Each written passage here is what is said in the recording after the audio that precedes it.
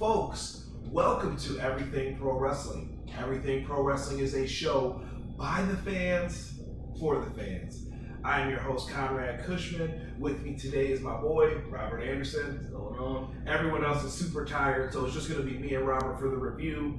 And we've got my man, LL, doing the directing for us.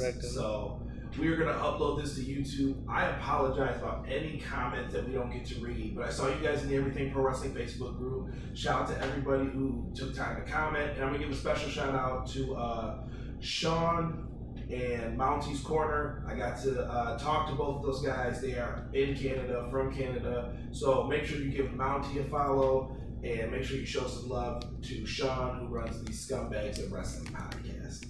Rob, let's get into the show, bro. Alright, so to be honest with you guys, we skipped the kickoff show. 100% skip like the entire thing. We watched it on the iPad, but whatever. What happened on the kickoff show? We had Oney Lorcan versus Drew Gulak. You guys watched that one. I didn't really watch it, so what you think of that one? I thought it was a decent match. Very fun. You knew going in, though, Drew Gulak just started his title reign, kind of. He can't really afford to lose. I love Oney Lorcan. I think Oney Lorcan is someone who you can keep your eye on. And I would love to see him get something, whether it be NXT or 205 Live. Even if it's NXT UK, the guy can be a tag team champion or something. He can do something more than what he's doing. He's put on great matches. Give the guy a shot. This one ends with Gulak hitting the Cyclone Crash for the 3 count. Yeah, basically a burning hammer. Real quick side note, won't be any grades for any of these matches. We're just going to talk about the general experiences because when you go to a show live, it comes off better than television, in my opinion. Do you agree with that? Like, we'll overrate this shit. It depends on the show, so. Alright, so our next match. Well, first we have 24/7 title segment. Shenanigans. Drake Maverick comes up. He's looking for R-Truth. He has his poster. He's asking the kickoff panel. R-Truth and Carmella are hiding under the glass table in the front, just chilling. Drake Maverick leaves. R-Truth gets up, talks to Booker T, pieces out. Deuces.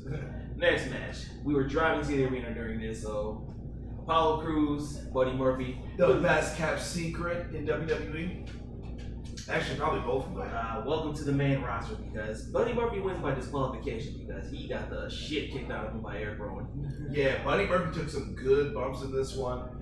Really respected what he did, and give him a power bomb onto the turnbuckle outside. Into the ring post. Buddy Murphy looked like he died. So, kudos to Buddy for that.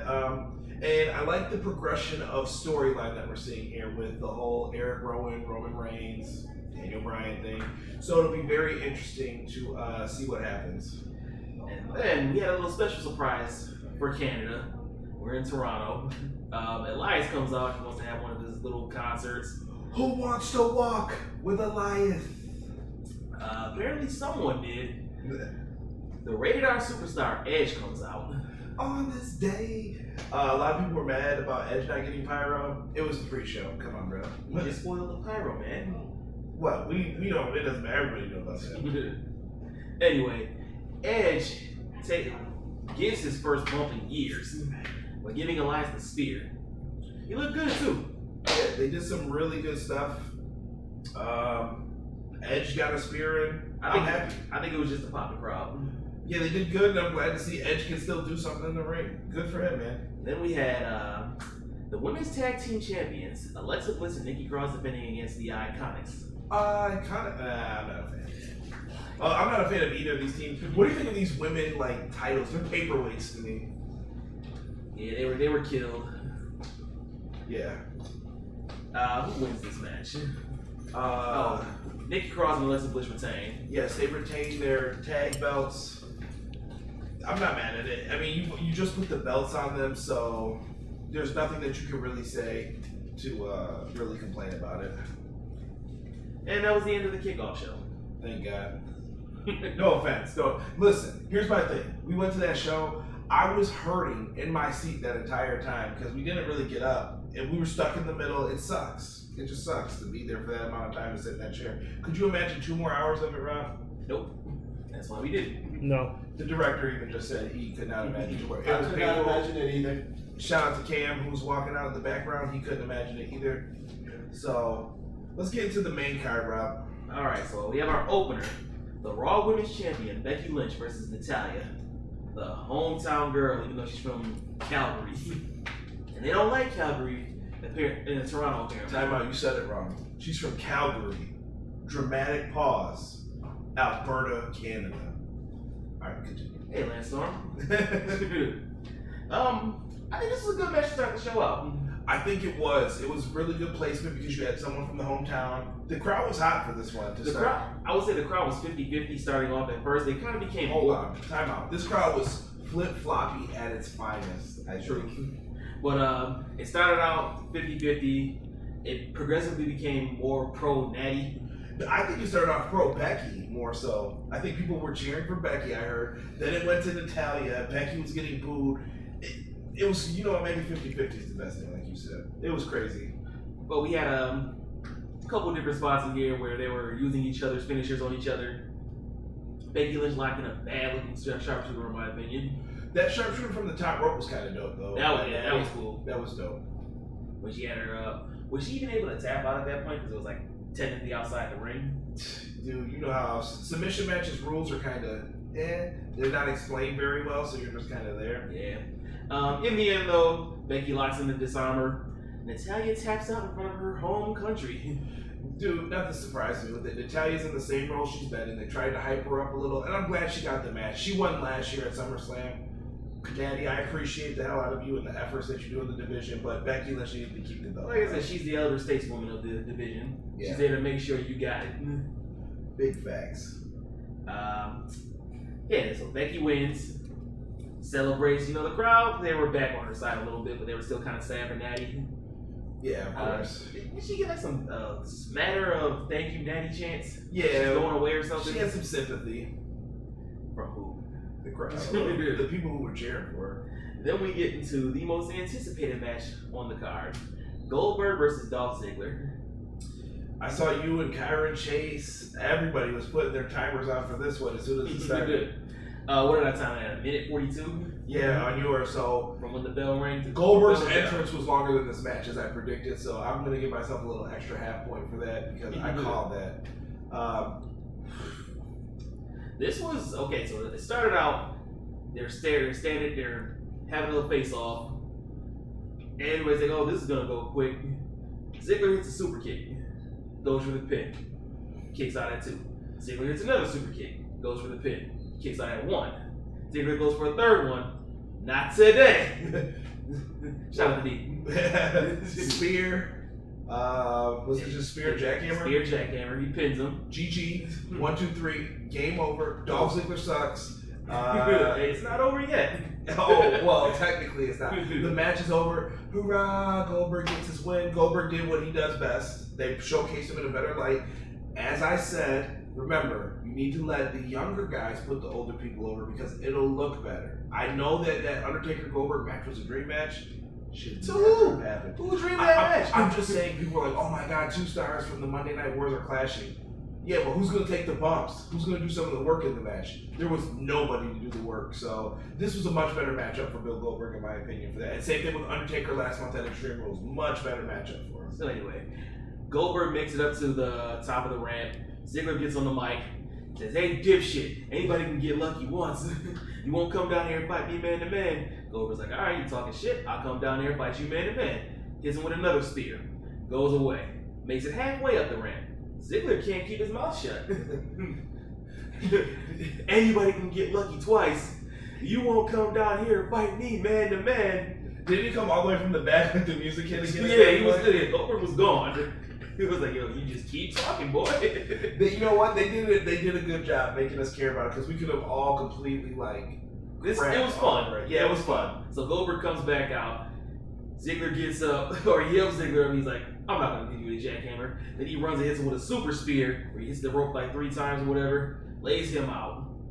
Ziggler's in a heap of shit. Kind of like his career. Wow. You know my feelings on Dolph. Yeah, Dolph at this point is just damaged goods. He's out there to help work with people. You know what? I respect Dolph for his efforts. It's just I can't care about the character anymore at this point. It just hurts your feelings if you do. We get our first backstage segment. Oh my God, I love this. I love this. The New Day's back there with Kofi and the New Day. The New Day. They're back there trying to hype him up, saying, you're defending your championship in Toronto in front of the world champion Toronto Raptors crowd. Lead the North chants. They did everything to hype up Toronto for this. The NBA champions, and they said that they got Drake to come back here to help motivate Kofi for his match. Who shows up, Rob? Drake showed up. Drake Maverick. With the unicorn horn on, the do-rag, he's out there spitting bars. Then you realize, hey, you guys told me Truth was here, you lied to me, you got me here to appease Kofi. Well, I'm not appeased. And neither was Kofi. And neither was LL. Yeah, Luke was not happy with this. But I thought it was hilarious, and he kept the unicorn horn, so... I'm keeping his horn. Yeah, it was a funny segment.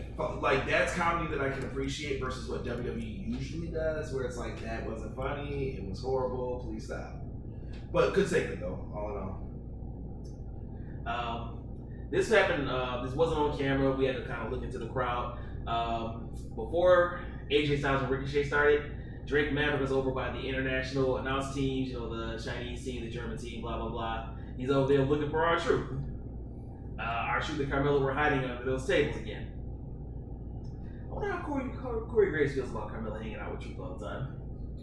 Anyway, so they were under the tables, they didn't find any, they were gone already by the time they went to look, right? They just skedaddled on them. I like the shenanigans though, putting it in there, like it doesn't have to be in a match at the show, but it's part of it. We had, like I said, AJ Styles versus Ricochet for the U.S. title. Hold on, time out. I gotta ask you guys this before we even get to this match. Is this match of the night?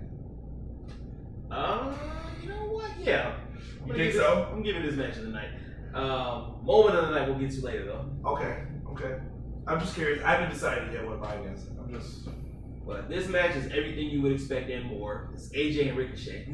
Flips, non-stop action. Flips, all the bullshit that comes with it. The OC's at ringside. It was great. Ricochet came out dressed up as, was it Nightwing? Yeah. All right. For our comic fans out there. Oh, yes. And there's lots of them who watch. Hashtag I like comics. If you like comics in the comment section below. That was hard to say. Comics. At one point, Ricochet hit a suicide dive Hurricanrana. Yeah. Oh my God. Yeah, Ricochet was on his shit for this match. Like, really good stuff. On point. Dude, at one point, he went off of two guys' shoulders and walked across into Hurricanrana. It was good shit. Such good shit. At one point, AJ locked in the heel, what does he call it? The calf crusher? Yes. Locks that in. Ricochet somehow gets out and locks that into an anaconda vice. And this man popped. He got a CM Punk shit going. CM Punk. Yeah, I started a lot of that crap. I'm not having CM Punk shit. He's never coming back, people. August 31st. They say keep hope alive, hope is dead. Anyway, back to the match. Let's get to this amazing finish. Holy shit, this finish was dope. After some interference with Gallows and Anderson while Ricochet's on the top rope, he goes for the 450 splash. AJ catches him.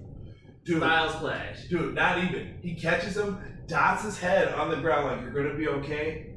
And now I gotta hit you with the Styles clash. It was a thing of beauty. I absolutely loved it. Executed flawlessly. AJ with the 1, 2, 3.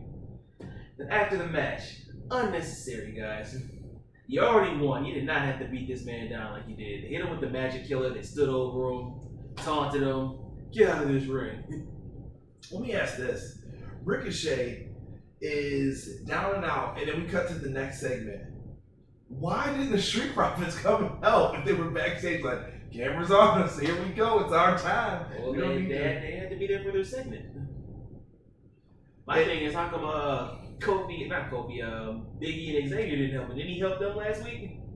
He ain't a New Day. We got the night off too. And Xavier, shout out to Xavier Woods for dressing up like Stevie Wonder. I don't know what that was, but oh yeah. Back to the Street Profits segment, and then we go into Street Profits are backstage. Angelo Dawkins is out there shooting his shot at Nikki Cross. He's got a thing for those crazy, those big stocky ones. I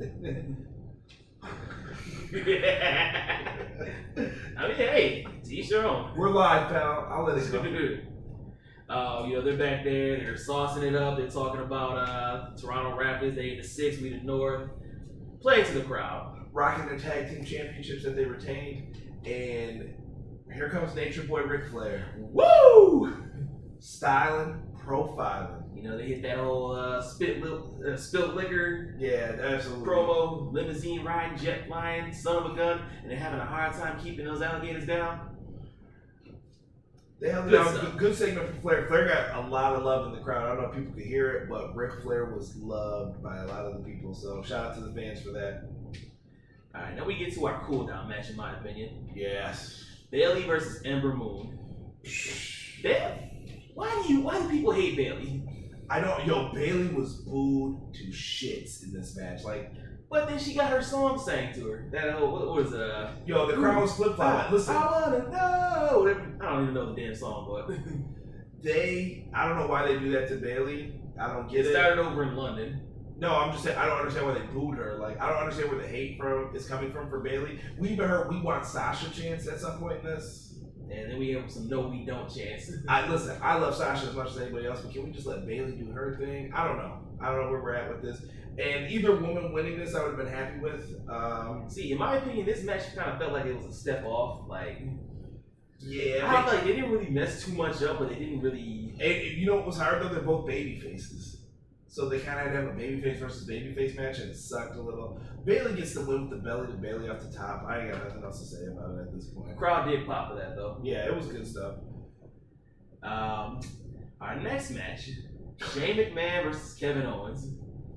Shane's out with his whole best in the world, all that bullshit with Greg Hamilton. Yeah. This match was different. I don't know. It felt kind of like Shane wasn't going to be able to do anything super crazy in this because it's a normal match. Yeah. Oh, we did have a special enforcer. Elias. Recovered from that spear pretty nicely. Yeah, he was definitely there just to get his ass whooped. We all know this going into it. Let's be honest. But no, this match was fun. It was fun. I'm just saying Elias was there to get his ass whooped. We all know this. There was the outside interference, the shenanigans from Elias, the advantage to Shane, blah, blah, blah. Kevin Owens was on this game tonight. Oh yeah, Kevin Owens hit a swanton frog splash. He was murking him. In the end, Kevin Owens with the dub, Stone Cold Stunner, or put that chin right up here and put some stank on it. Do we could still call it the Stone Cold Stunner or just a stunner? Is a stunner? Should we go past tense with the stunners? The cutter? I don't know, man, because Ace Crusher? Let me ask you this. If you got hit with the stunner, you're technically stunned, right? But no one says that. They're like, stunner! You got hit with a stunner! So there's a kick there too, man. The kick is effective. I just saw Ryan Satin and his boys argued about this. I just thought it was a good verb. I don't know. Anyway, Owens with the 1, 2, 3. And he was over too, we're in Canada. Where's he from? Quebec? Yeah, he's from Montreal. Mandeville. Oh, excuse me. Sorry, anybody from Montreal that I put it in the EPW group. Subscribe to the channel. I apologize. Alright, and we get to another hometown story. Charlotte versus Trish Stratus. There was a lot of hometown playing with this. Crowd absolutely adored Trish. Charlotte was cool. At one point, they started singing the Canadian national anthem while Trish was up there. Yeah, I'm surprised they didn't play it either, in the beginning of the show. There was time for all that stuff too, but thank God you guys ended the show a little bit earlier. I'm okay with it. Charlotte versus Trish, basic match, everything you would have expected. I'm not mad at it. If I could have wrote this match before how I thought it was going to happen, this was it. And Charlotte is just leaps and bounds. She's just so good. Yeah, I gotta admit it. Even though I'm not a fan, you gotta admit it. Charlotte deserves her spot. Let's just say this. At the end of the day, Trish Stratus is a legend. She lost in this one. She tapped out to the figure 8. Yeah. Trish is a legend. She got her respect after the match. We're probably never going to see Trish Stratus in a match again. Who knows, though? In wrestling, never say never. But Trish Stratus deserves the respect for where she came from. I'm calling it right now. She'll be in the Women's Royal Rumble. I'll take you up on that. But Trish got all her moves in. She hit the running bulldog or Stratisfaction. I'm calling it the Frankensteiner. Yeah, whatever it is. The chick kick. Chick kick. Did she do the Matrix? Where she goes backwards? Yeah. She did it on a boot, right? When Sarah Charles was going for a big boot? Maybe she did, yeah. They did everything in this match that you would expect from Trish. Shout out to Trish Stratus. She deserves the respect. One of the best that I've ever seen go from being a manager to getting in the ring. Wasn't very good at first. Did like the brawn panty matches and all that stuff, but then transitioned into becoming a great women's wrestler. So props to Trish Stratus for that. Then we see a segment backstage, which I thought was pretty fun. Seth Rollins is backstage, taping his ribs up. Bret Hart walks over. You guys know the history with Seth and Bret Hart. Seth was injuring people, and Bret was blaming Seth for it, reckless, 4 out of 10 matches, blah, blah, blah. Bret wishes him good luck. Crowd went insane when they saw Bret. 4 out of 10. Somebody tried to start an AEW chant too. That got kind of squashed out. So good on that crowd. Then we get to our WWE title match. Kofi Kingston versus Randy Orton. The match I felt had the most importance and history behind it. The video package for this was really good. If you don't know the story, here's the quick rundown. Long time ago, 2009? 2009. Randy Orton and Kofi Kingston had a match. During the match, Kofi Kingston was supposed to take a punt kick to the head. Kofi didn't. He got up and Randy Orton wins with an RKO. In it, you can verbally hear Randy Orton spewing hate, venom, whatever you want to call it, at Kofi saying, stupid, stupid, stupid. And he basically messed up the match, but nobody would have ever known if Randy Orton never yelled stupid. And we get into the match. So this was Kofi's big redemption, basically. He's now in the top spot that Randy held him back from. Randy's type he wasn't ready for. Yeah, and Randy did take the blame for that, and now Kofi's trying to rise above that. This match, it was good. I'm not a fan of the ending. We'll get to that. But oh my god, I hate this ending so much. Randy Orton's mannerisms and his presence in the ring, his facials. Randy's so good, dude. I don't care what anybody says. The man is gold. He's a good psychologist. Not even that. He's just so smooth in the ring. Anyone could make it look that effortless. I said this a couple weeks ago on the show. He's one of the most crisp wrestlers ever. Yeah, he knows what he's doing, so let him rock. And I still think he's one of the GOATs. Mm-hmm. This match ends on a count out. A double count out. Did that feel like a fast 10 count to anyone else besides me? No, because what happened was Randy Orton hit the RKO out of nowhere off the was he trying to hit him with a knee strike? No, he went for a body press. He basically fell into an RKO after jumping off the top. Well, Randy Orton was already spent, so he wasn't able to get over and get the pin. Kofi rolled out of the ring, and that got a Kofi smart chant because we were getting a lot of Kofi stupid. We were getting a lot of Kofi stupid chants, Randy sucks chants, back and forth. They got a Kofi smart chant. Yeah. So what was it, an 8 count or something like that? Yes. Randy Orton gets out there. Then did the ref restart the count? Because I think that's what you're saying. I think they were just out there fighting, and then the ref was like, "Fine, ring the bell." He didn't care anymore at that point. And then Kofi just kind of snapped because Randy Orton looked over at his kids who were sitting front row conveniently. Yeah. He didn't say anything. He just looked over at him. Well, maybe we couldn't hear it. They had the camera on. I didn't see him do anything. But Kofi he did try to beat up. Like, imagine trying to get beat up in front of your kids. Like, that would probably anger you. Man, trying to see his dad got beat up in front of him. But that was funny. So double count out, shitty ending. They give the people what they want. Kofi into trouble in paradise. Randy goes down like a ton of bricks. This feud is not over, so I assume we're going to see this at the next pay-per-view, which is Clash of the Champions. I didn't see where it's happening at or whatever, but if anybody's interested. I'll say that I, for one, am happy that Kofi didn't lose the title. Me too. A lot of people were calling for it. Kofi shouldn't lose the belt here, especially with this story. I'm enjoying this title reign. Kofi's a good champion. I don't care what anybody says. And a lot of people are mad about him being booked as a strong champion. Oh, now he's a champion. He's beating everybody. Wouldn't you want your champion to win? Ridiculous. Candlestick beat down to the end. Kofi goes over and celebrates with his family. We go to the back. We get a video package from Bray Wyatt and Finn Balor. Oh, yeah. This is my moment of this. Not my match of the night, but it's my moment of the night. This is my favorite part of the event. I think they like this a lot. Director, what do you think here? Yeah, I liked it a lot. It was a lot of fun. Like when he came out, and he had like the coolest part was when he came down to like a remix of his theme song. Dude, which I thought was really there's cool. So much to talk about this, like little things real quick. So Finn Balor comes out, does his usual thing. What I liked about this, Finn Balor's entrance, he's wearing all white. So he came out like he was like an angel kind of to save the people and do some stuff with it. And Finn Balor tried to do his thing, but we're going to talk about what happens.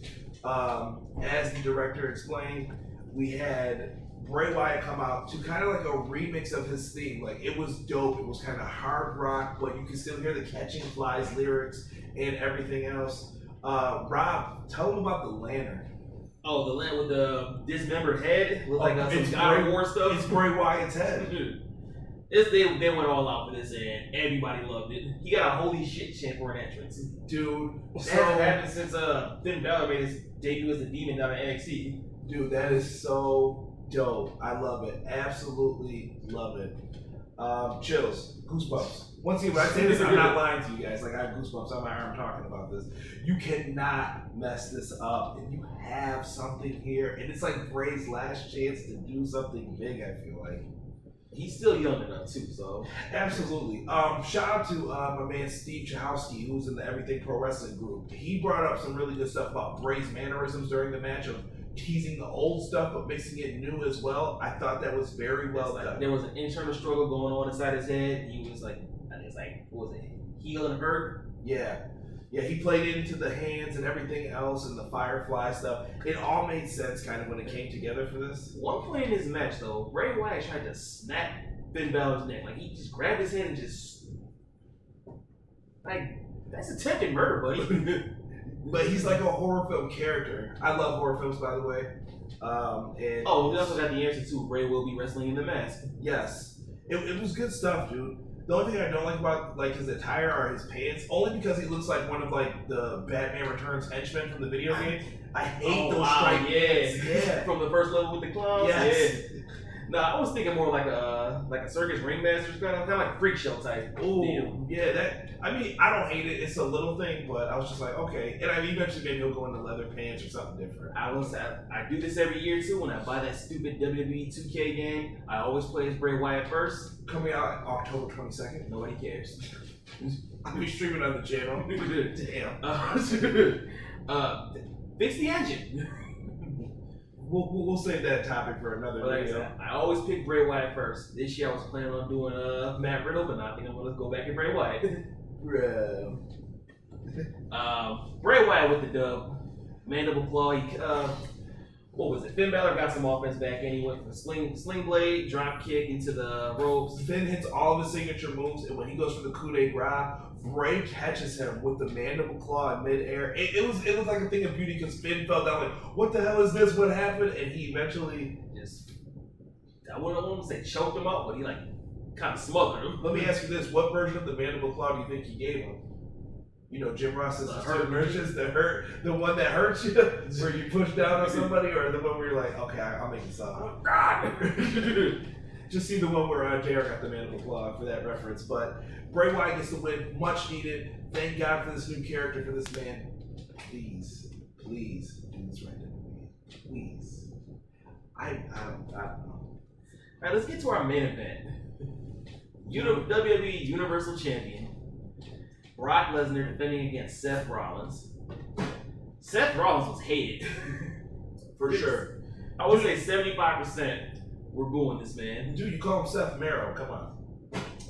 Yeah. But this match, this exceeded my expectations. I was expecting a quick 5-minute beat down from Brock. Maybe Seth Rollins maybe gets like a couple punches in, maybe a super kick. This Brock's match in the following this format Seth Goldberg when we were at WrestleMania 33. And that was fun. Yeah, it's just kind of like quick, impactful moves. You just, listen, he's not doing anything extra. We're going to go through the bullshit. People know what to expect from me. How are we going to counter it? What can we do special? So this match started out with, didn't Seth strike first? I think so. Listen, let me just talk about the first spot. No. Okay, the spot with the ribs is my favorite spot in this match. We'll get there in a minute. Okay, so started out, Brock's going for Suplex City, hits him with the German suplex, but Seth keeps landing. Yeah, Seth Rollins the first time, landed on his feet, hits him with a curb stomp. Everybody thought it was over there. He kind of got everybody.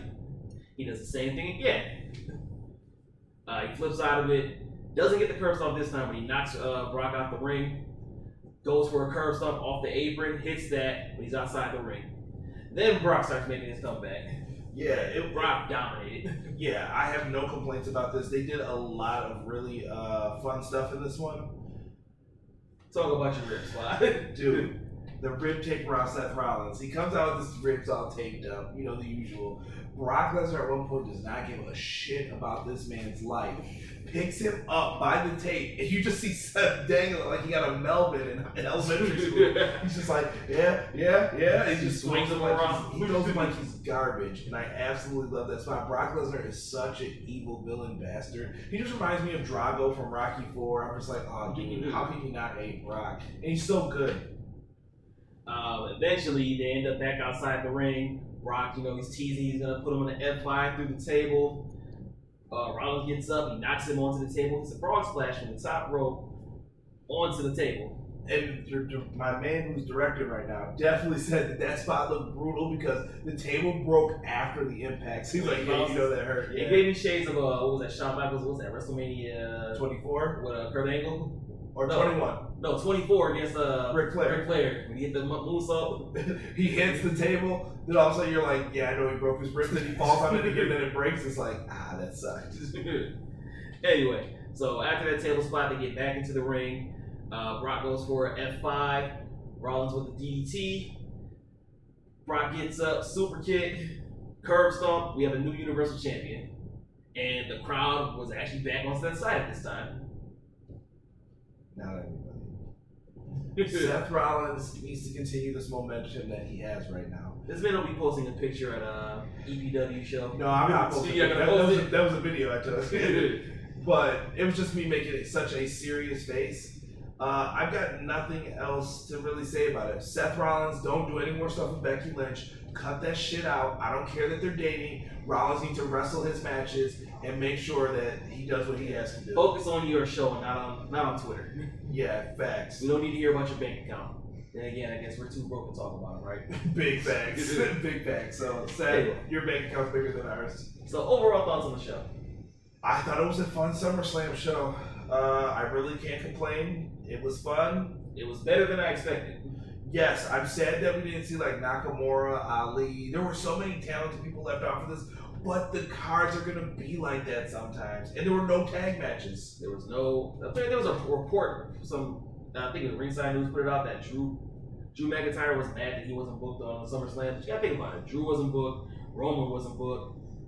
You said Nakamura. No Roman Ali, Reigns segment. I don't want to hear any crap about Roman Reigns at this point. What did you think? Overall fun? Yeah, I liked it. It was a good show. And I'll say the section that we were in, the crowd was a lot better. Better than there was no clapping in our ears. There was no freaking vape smoke being blown back at us. So actually, I think that guy that was vaping yesterday got kicked out. So sorry, brother. So Scotiabank Arena, good job.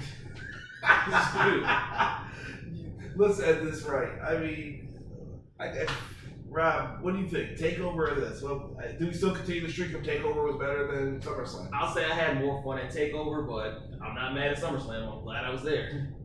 The crowd, I liked the crowd better in SummerSlam because I wasn't getting clapped in my ear or smoke blown in my face. Yeah. So I liked that better, but Takeover was a lot of fun though. So it's kind of even for me.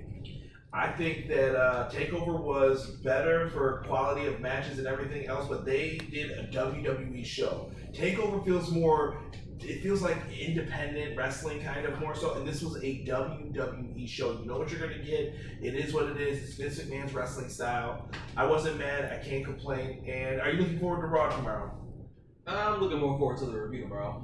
And we'll be back with our live reviews tomorrow. I apologize for everybody. Hashtag this hotel's Wi-Fi sucks. Had to continue. And thank goodness here that my man, the director, brought, what is that? Is that a playbook? It's a Surface Go. Okay, well, he brought his Surface Go. This man forgot the laptop. Yeah, that's right. So we're going to draw more attention to that. And the excellence of execution.